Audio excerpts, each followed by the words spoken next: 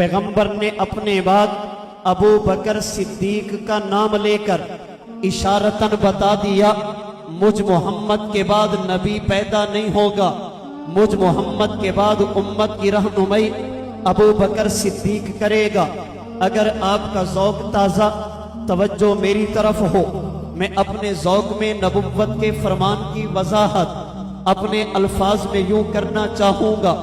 अल्लाह के नबी ने सहाबिया को ये कहकर इल्लम तजिदीनी फ़अती अबा बकरिन ये बता दिया, मुझ मोहम्मद पर नबुव्वत की इंतहा है, अबू बकर सिद्दीक से खिलाफत की इब्तिदा है।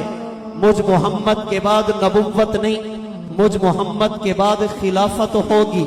अल्लाह के नबी खलीफा कौन होगा? हमारा अकीदा अल्लाह के नबी ने सराहतन नहीं बताया, पैगंबर ने इशारतन बता दिया। खलीफा के जिम्मा काम क्या है? नंबर 1 नमाज पढ़ाना। खलीफा के जिम्मा काम क्या है? नंबर 2 ज़कात वसूल करना। खलीफा के जिम्मा काम क्या है? नंबर 3 हज करवाना। खलीफा के जिम्मा काम क्या है? नंबर 4 मसैल बताना।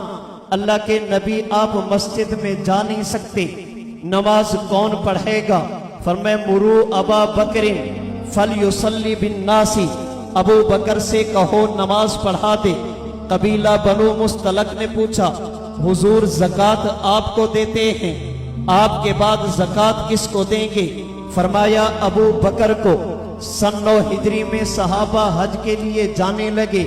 अल्लाह के नबी हज का अमीर कौन बनेगा? फरमाया अबू बकर बनेगा।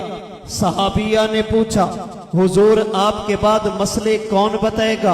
फरमाया अबू बकर सिद्दीक बताएगा। अल्लाह के नबी ने मुसल्ला देकर, ज़कात के लिए अबू बकर का नाम देकर 9 हिजरी में हज का अमीर बनाकर अपने बाद मसैल के हल के लिए अबू बकर सिद्दीक की तरफ रुजू का हुक्म देकर इशारतन बता दिया।